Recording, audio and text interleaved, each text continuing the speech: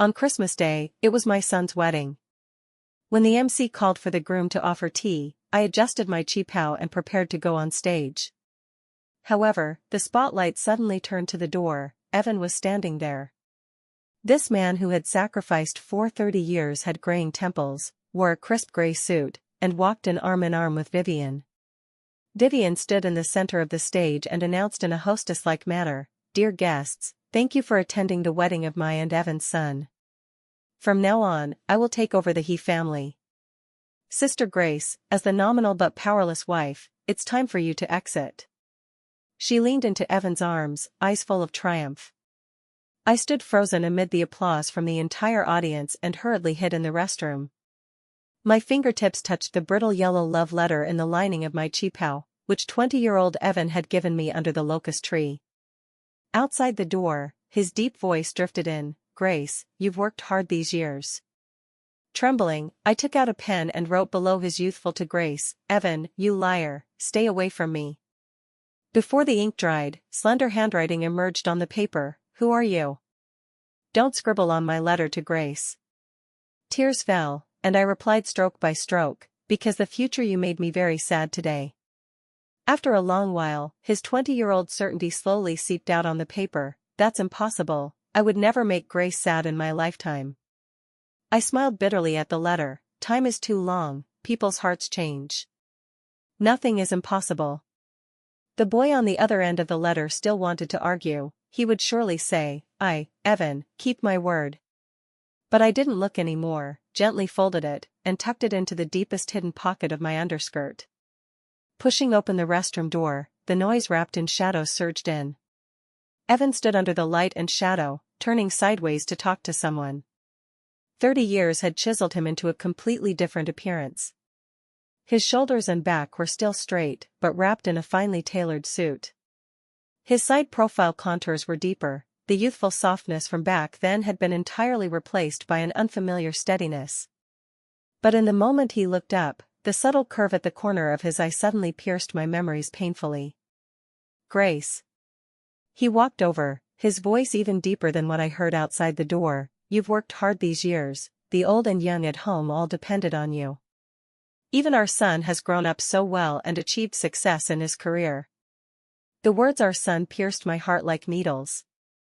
I stared at him, my blood surging throughout my body. The questions and grievances accumulated over 30 years finally broke through the dam at this moment. "Worked hard?" I heard my voice trembling. "Evan, you know I've worked hard." "Then tell me, where have you been these 30 years? The smile on his face faded a bit, as if he hadn't expected me to be so direct. "The situation back then was complicated." "Complicated to the point you couldn't even write a letter?" I interrupted him, raising my voice a little. "Complicated to the point of leaving me to live as a widow for 30 years? Complicated to the point of turning around and starting a new family with Vivian?" Vivian stood beside Evan, wearing a proper red dress, with exquisite makeup, carrying an obvious show-off. "Sister Grace, thank you for yielding Evan back then. These decades, he's taken good care of me. You've worked hard as this martyr's widow. You shut up." I trembled with anger, raising my hand to slap her face. But my wrist had just lifted halfway when it was gripped tightly by another stronger hand. "Mom. What are you doing?" My son's grip was astonishingly strong, hurting my wrist. He frowned, his tone impatient. "Today is my wedding day, do you have to make a scene here? I invited Dad, and Aunt Vivian is the best to me, can't you consider the big picture?" My son's words were like an ice-quenched knife, stabbing right into the softest part of my heart. Looking at him protecting Vivian, I felt the son before me was terrifyingly unfamiliar. "You knew all along?" I looked at my son, my heart clenched. "You conspired with them to hide it from me?" "I was afraid you'd get angry." My son raised his voice. "Dad hasn't had it easy these years, now everyone is fine, but you insist on ruining my wedding and embarrassing everyone?" As soon as the words fell, Evan stepped forward and put his arm around Vivian's shoulders to comfort her. "Vivian, don't take it to heart, she's just having trouble adjusting for the moment." As he spoke, he glanced at me with a glare, his tone full of reproach. "And you, at such an age, still so immature? Vivian lowered her head, her voice soft like water. Evan, don't say that about sister, she must feel bad inside. But her action of leaning into my husband's arms was not polite at all. Seeing this, my son immediately drew a tissue from the table and handed it over, softly asking, Aunt Vivian, were you scared just now? My mom just has a quick temper. The three of them huddled together, their eyes meeting with tacit smiles, as if telling me that I was the one out of place. I suddenly pinched my palm hard, the sharp pain came, preventing me from fainting. This wasn't a dream, it was my solid 30 years. Looking at Evan's back, I suddenly remembered the lust slope from over 30 years ago. Back then, we were both sent down youth. At dawn, he always rushed to help me carry water. During breaks, sitting on the field ridge, he would pull out a secretly hidden baked sweet potato from his bosom, break half and stuff it to me. It was so hot I shook my hand, and he laughed while blowing on it for me. When he pursued me, he was very clumsy, not good at sweet talk, just delivering hot water every day and chopping a yard full of firewood. We got married in an adobe house, without red silk or a wedding banquet, just treating friends to a bowl of plain noodles. He held my hand and said, Grace, when the policies improve, I'll definitely let you live a good life. The vows back then were resounding, anyone who heard them believed. But less than 3 months after marriage, the conscription news came. Evan tucked the household registration book and went to the commune to sign up. When he returned, his eyes were frighteningly bright, with a bit of guilt toward me. The night before leaving, he held me and cried, his shoulders shaking, repeating, Grace, as soon as the war ends, I'll come back. When seeing him off at the village entrance train station, I clutched his shirt corner and wouldn't let go. The train whistled several times before he ruthlessly pried my hand open and jumped on. From the window, he clung to the glass and shouted at me, Wait for me. Grace, definitely wait for me. At that time, I didn't know I was pregnant. After he left, I held up the family, earning work points during the day, caring for my in-laws at night, touching my gradually swelling belly, repeatedly telling the child inside, Your dad is a hero. Under my pillow, I hid the letters he sent, reading them every night before sleep. Grace, I miss you. Wait for me to come back and accompany the child to grow up. But later, the letters became fewer and finally stopped altogether. Until that day, the village broadcast played funeral music, and the commune cadre found me with a notice, saying Evan had sacrificed on the battlefield. I fainted on the spot and cried for 3 days and nights after waking. But looking at the child in my belly and the elderly in-laws, I could only swallow my tears and carry the hoe to the fields the next day as usual. After my son was born, I named him Ryan. I became both father and mother, busy with farm work during the day, washing diapers and coaxing him to sleep at night. My in-laws were in poor health, and the medicine in the jar never stopped.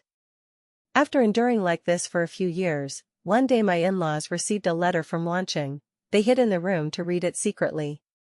I approached to see if it was a pension notice from the troops, but they hurriedly hid the letter, saying nothing, just a letter from hometown folks. Not long after, my in-laws said their old illness flared up and they needed to go to a big hospital in Wancheng for treatment. They packed and left. It wasn't until later, from hometown relatives' mouths, that I vaguely heard about an officer in Wancheng remarrying and taking a city girl as wife. Back then, I was naive and didn't think of Evan at all. Now I understand, they weren't going for treatment but to attend their son's new wedding. From then on, I was an outsider. My husband was alive, my in-laws knew, even my grown son knew later. Only I, holding the title of martyr's widow, guarded the empty home and endured bitterly for 30 years. The baked sweet potato on the lust slope had long gone cold.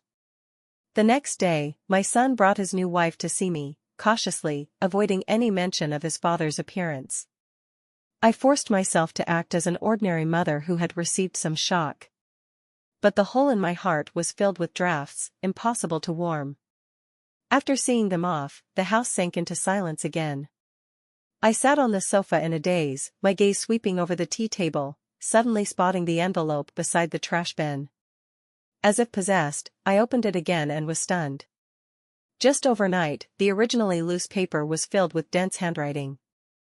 Gone were yesterday's youthful intense questions, instead, it was like a stubborn, probing confession. I don't know who you are, but what you said made me very uncomfortable. I didn't sleep all night. I kept thinking, if you really know Grace, where is she now? Is she doing well? Has she been wronged? Today's training was tiring, carrying a gun and running 5 kilometers. But thinking of Grace waiting at home gave me strength again. We're deploying the day after tomorrow. I'm a bit panicked. I'm not afraid of death, but afraid, if I don't come back, what will she do alone? She's so soft-tempered, will she be bullied? Since you know the future, please tell me, did she live well later? Every word and sentence rolled with a 20-year-old boy's unreserved concern. Without the shrewd calculations decades later, without the cold indifference after betrayal, only a bare, scorching true heart. I felt as if licked by a flame, my chest stuffy and panicked. Old scenes smashed into view uncontrollably. The day I received the death notice, I slumped on the mud ground, heaven and earth spinning. My in-laws fell ill in bed, I worked during the day, guarded the stove to boil medicine at night, my eyes red from exhaustion, and still patted Ryan who cried himself hoarse. Villagers said I was a husband jinxing broom star. I held the child hiding at home, not daring to cry out loud. How many nights, facing his only photo, tears soaked the pillow hard and cold. These, he didn't know. This young Evan, the future he obsessed over, was returning with red flowers, reuniting with me amid cooking smoke. I picked up the pen, hand still shaking, but with an almost masochistic calm. Without answering any of his questions, I only wrote the prophecy in the indifferent tone of the one who knows everything: you will break your promise. The war will end, you will live, but won't return to her side. You will leave her to endure alone, endure until waiting dries up, tears exhaust, swallowing the taste of your death news in despair. Before the ink dried, the paper suddenly blurred. The boy's handwriting suddenly became messy and forceful, almost tearing the paper. No. You're talking nonsense. How could I not return to her? I wrote her so many letters. I think of her every day. I promised to accompany her for a lifetime. Promise? I looked at those words, smiled lightly, the corners of my mouth pulling with bitterness. Promises are the lightest, time will change everything, including you. The future you will take root elsewhere, have a new home, a new wife. You will forget that one called Grace completely. I don't believe it. His strokes almost tore the paper, with burn-like anger and stubbornness. I'll prove it to you. If I, Evan, betray Grace in this life, let me die without a burial place. The vow was still scorching hot. Just like 30 years ago, in that drafty adobe house, when he clutched my hand saying, I'll definitely let you live a good life, exactly the same, resounding. But in my heart, there was only a desolate silence. Once upon a time, I deeply believed such vows, but reality gave me the loudest slap. I turned and walked into the bedroom, opened the suitcase at the bottom of the wardrobe, stuffing clothes in one by one. This home was full of Evan's past traces. I couldn't stay a second longer. As I bent to pick up the sock that fell on the ground, something thud smashed by my feet. It was that love letter. As soon as my fingertips touched the page, I felt the handwriting inside had become denser. Opening it, the boy's words squeezed in the corner, with stubborn urgency. Why aren't you speaking? Are you the future Grace? Did the future me bully you? Wait, I'll come find you right away. Even if I turn the whole world upside down, I'll find you. Although I don't know where you are, I can definitely find you. These words were childish enough to make one laugh, yet scalding enough to tremble the heart. My vision suddenly blurred, as if seeing again the boy on the field ridge holding a baked sweet potato, grinning at me. The wind suddenly slowed, the sunset on the windowsill spread into a layer of warm golden mist, even the roadside sycamore leaves became ethereal. I blinked, thinking tears disturbed my vision, but in that mist, a boy's outline gradually emerged. It was 20-year-old Evan. He wore a washed-out old military uniform, his face still with lingering youthfulness, forehead beaded with fine sweat, like he had run from far away. I froze in place, the suitcase clang smashing to the ground. It must be a hallucination. Surely my heart was broken too badly, even my eyes deceiving me. But he walked toward me step by step, his gaze shifting from my white hair to my rough hands, finally landing on the wrinkles at the corners of my eyes. Those bright eyes instantly reddened. Grace. His voice choked in his throat, still with the clean clarity of a youth. It's really you. How did you become like this? Without waiting for my answer, he suddenly strode forward and hugged me tightly. His embrace was warm, carrying the scent of sunshine and fields, completely different from the unfamiliar perfume on the current Evan. He hugged so forcefully, as if wishing to rub me back into the years, completely different from the middle-aged man who coldly pushed me away. I'm sorry, Grace, I'm sorry. His voice shook badly, hot tears falling into my neck. It's my fault. The future me is such a bastard, leaving you alone, suffering for so many years. At that moment, the door lock click sounded. 50-year-old Evan pushed the door in, carrying a fruit basket, obviously coming to make amends. Seeing me tightly hugged by a strange youth, his face turned ashen instantly. Grace. You shameless woman. I'm not dead yet. And you're already eager to find a new man? How cheap. Before the words finished, the youth suddenly released me, turned, and punched him in the face. You shut the fuck up. 20-year-old Evan's eyes were bloodshot, chest heaving violently. What right do you have to curse her? It's you who wronged her, you who forgot the promise, you who left her to endure bitterly for 30 years. You bastard. 50-year-old Evan staggered from the blow, wiped the blood from his mouth corner, looked up to see the youth's face clearly, first stunned, then sneered. Grace, you're really dedicated, even finding a substitute that's so similar? Can't live without me, have to get a young version of me to satisfy your addiction? I clenched my close corner, without even the strength to refute. Bullshit. 20-year-old Evan trembled with anger, pointing at his own face, stepping closer to the middle-aged man, words smashing into his face. I'm not a substitute, I'm you.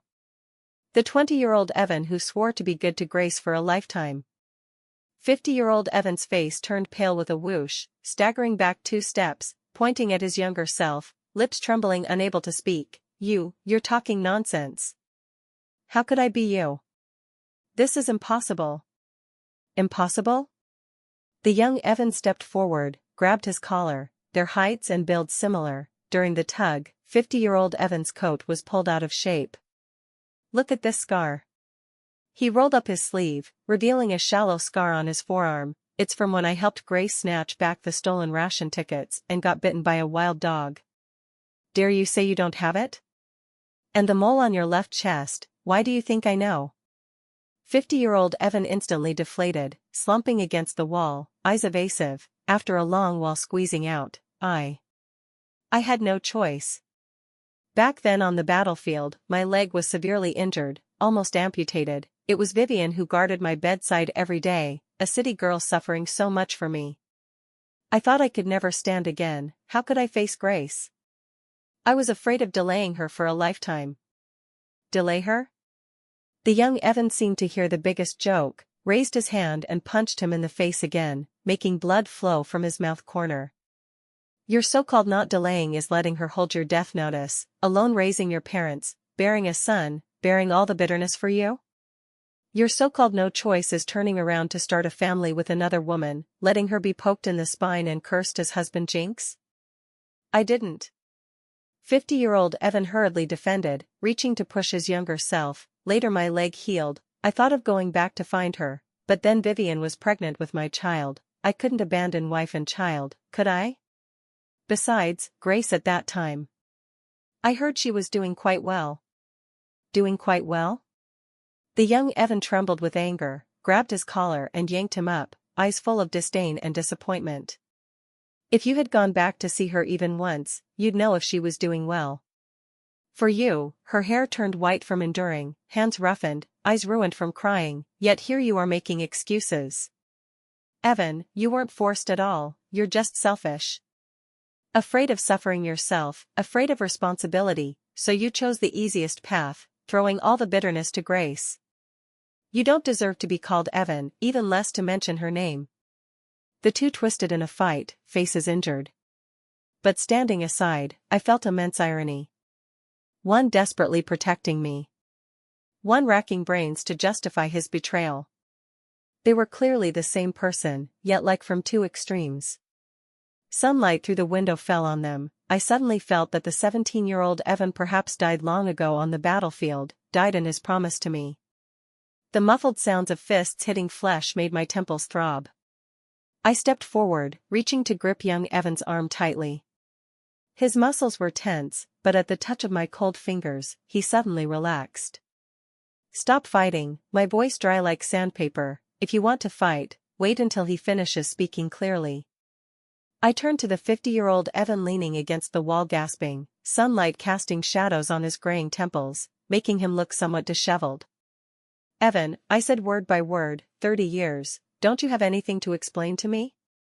He wiped the blood from his mouth corner, eyes evasive for a long time, before slowly speaking. "After my leg injury healed back then, I originally wanted to go back to find you immediately, but Vivian's dad was the regimental commander in the military district. My reinstatement relied entirely on his promotion. He talked to me, saying if I dared to wrong Vivian, not only would my future be ruined, even my parents back home might be implicated." He sighed, his tone full of no control over oneself. "I had no way. Vivian was pregnant, I couldn't let her bear it alone." "No way justifies deceiving me?" I sneered, the pain in my chest surging again. "I didn't completely ignore you." He hurriedly defended. "Later I secretly returned to our village a few times, didn't dare show myself. The first time was when Ryan was 5, at the village entrance. I saw you carrying him to see a doctor, the child's face red from fever, you walking sweating profusely. I felt heartbroken, entrusted the village cooperative store boss to send you 2 cans of condensed milk and a stack of money, telling him to say it was from your distant relative." His words were like a key, suddenly opening the floodgates of my memory. When Ryan was little, he did bring back some rare items every now and then. Exquisitely packaged milk candies, Shanghai-produced vanishing cream, even a small watch. Every time I asked, he said it was a prize from school competition, rewarded by the teacher. Back then, I just thought my son was promising, didn't think deeply. What elementary school in our place had such lavish prizes? Those things were clearly for city people. "And my parents," 50-year-old Evan continued, "I sent them money every year, telling them to take more care of you. Their attitude softening toward you later wasn't because you moved them, but my repeated instructions." I recalled the details of those years. Mother-in-law no longer made me do the heaviest work, in winter would push the heater toward my hand. Father-in-law going to town market always brought me a piece of floral cloth. I always thought it was my years of filial piety that earned true affection. Now I understand it was just politeness piled up with money. What suffocated me most was mother-in-law's appearance before death. She had Alzheimer's for several years, always holding my hand saying Evan is back, in uniform, a big official. Each time I comforted her with red eyes, "You're missing your son." Until before her last breath, she suddenly became clear, grabbed my hand, lips trembling, saying only "I'm sorry," and closed her eyes forever. From beginning to end, I was a clown kept in the dark. My husband alive, in-laws informed, son complicit, even a demented old woman knew the truth better than me. "Grace," 50-year-old Evan stepped closer, tone pleading, "Grace, I know I owe you too much. The suffering you've endured these 30 years, I'll make up for with the rest of my life. Now Ryan has started a family, I have some power, I can pave the way for his job. Later, move to the city, I'll buy you a big house, hire a nanny to care for you, whatever you want to eat or wear, I'll satisfy." He got more excited, as if this could erase all scars. "My and Vivian's children are grown, don't need much worry. Later I'll visit often, we'll get along like family, okay? Ryan hopes so too, the family harmonious." Looking at him, I suddenly laughed. The compensation he spoke of was house, money, nanny. But he never asked, what I lacked these 30 years wasn't these at all. What I lacked was the boy who blew on the baked sweet potato for me on the field ridge, the husband who said he'd be good to me for life, the man whose shoulder I could lean on when wronged. And these were gone the moment he chose Vivian. The young Evan beside didn't get angry again, just held my hand tightly, his palm hot, contrasting sharply with my cold hand. He looked at his 50-year-old self, eyes full of disappointment. You can't make up, you ruined her lifetime. How to make up? The boy's words like needles, making 50-year-old Evan's face alternate pale and green. He opened his mouth, couldn't say a rebuttal for a long time, finally grabbed the coat on the sofa and rushed to the door. I have things to handle. Before he finished, the door bang closed, leaving me behind again. This evasive manner was just like 30 years ago when the sacrifice news came, my in-laws avoiding me. Grace, ignore him. Young Evan gently patted the back of my hand, tone with youth's unique stubbornness. Grace, I ate the time capsule, but can only stay here a week. Accompany me back to our sent-down place, okay? I want to walk that field ridge again, see the adobe house we lived in. I couldn't refuse. That was the brightest part of my youth, even if crushed later, those lights truly existed. We took the earliest long-distance bus back, the road still the old dirt road, bumpy enough to hurt bones. The youth sat by the window, fingers tracing the passing poplars outside, excitedly saying, remember? Once in heavy rain, I carried you over a mud pit, but fell flat myself, and you laughed at me for a long time. Looking at the bare field ridge outside, my heart stuffy, remember? Later you had a fever, I guarded you, boiled 3 bowls of ginger soup before it subsided. But those warmths had long been blown through by 30 years of cold wind. He spoke of 2 people's liveliness. I thought of later alone carrying the hoe, falling countless times on this road, no one to carry me, no one to boil ginger soup for me. Arriving at the old village entrance cooperative store, still the old counter, but the boss changed to his son. The youth pulled me to queue for soy sauce, stuffing a milk candy into my pocket like back then always couldn't grab candy, had to argue with people each time, just to save one for you. I held the candy, sweet yet bitter. Later when I brought Ryan for soy sauce, he wanted candy too. I searched pockets with only a few cents, could only coax by next time. The adobe house we lived in had long collapsed half, the corner still had Grace and Evan he carved back then, the writing eroded blurry by wind and rain. The youth squatted at the corner, fingers touching those carvings, eyes reddening again. Back then I thought, when we return to the city, I'll take you for a photo, rub this writing and paste it in the frame. Later you didn't come back. I said softly, this writing, I came to wipe it every year, until Ryan went to junior high, I moved to the city, then didn't care anymore. He suddenly looked up at me, guilt about to overflow from his eyes. But I suddenly felt relieved. He was the 17-year-old Evan, the boy who truly loved me, he shouldn't pay for the 50-year-old bastard. We returned to the old house in the city, the youth insisted on squeezing into the narrow kitchen, saying to boil me a bowl of plain noodles. On our wedding day we ate this, I remember you added 2 spoons of vinegar, saying it appetizes. He clumsily lit the fire, almost burning the kitchen. I stood at the door watching his busy back, tears suddenly falling. When the noodles were served, steaming hot, with a poached egg on top, just like back then. I picked up chopsticks and ate a bite, tears fell into the soup, salty and astringent. The youth asked nervously, is it not tasty? Did I add too much salt? I shook my head, unable to speak, could only eat big mouthfuls, swallowing all emotions into my stomach.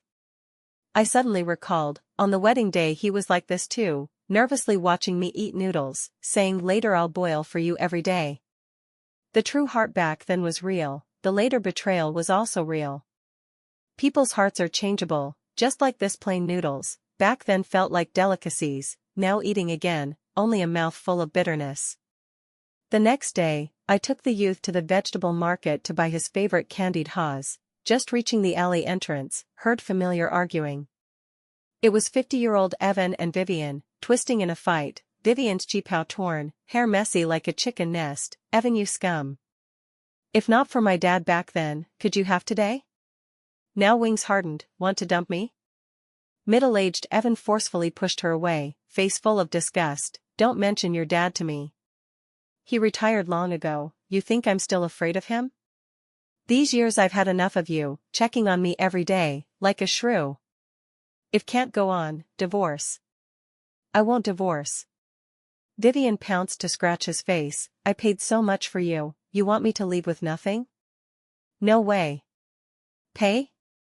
Middle-aged Evan sneered, back then didn't you just fancy my prospects? Now I'm useless, you start? Tell you, house and car are under my name, you won't get a penny. As he spoke, he roughly pushed Vivian aside. Vivian staggered and fell to the ground, right at my feet. Vivian raised her head, hair covering half her face, seeing it was me, suddenly crawled up and pounced. She glared at me, eyes bloodshot. Grace, it's all you. If not for your son's wedding, you insisting on making that scene, how would Evan and I become like this? It's all your fault. I couldn't help laughing with tears. Vivian, you really think he changed because of me? Back then he could abandon wife and child for prospects, now he can dump you for freedom. You're just walking my old path, this is karma, not my fault. She was stunned, suddenly laughed too, laughing uglier than crying, mouth repeating karma, abandon wife and child. She suddenly pushed us away, running madly forward, shouting while running, Evan! You lied to me!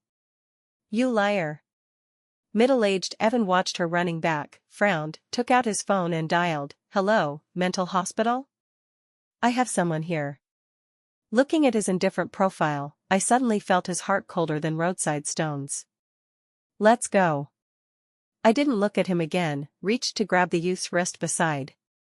20-year-old Evan's palm had a bit of thin sweat, gripping me tightly, just like back then on the field ridge afraid I'd fall. We passed through the onlookers, he followed closely, not asking a word why. Back at the old house, the youth dared to speak, voice with some grievance and urgency, Grace, I know the future me is a total bastard, but I'm not him. Give me another chance, okay? I'll go apply for discharge from the troops now, guard you opening a small shop, never leave you again. As he spoke, he went to flip the paper and pen on my bedside table, to write a guarantee. I pressed his hand, fingertip touching the thin callus at his tiger's mouth from gun practice.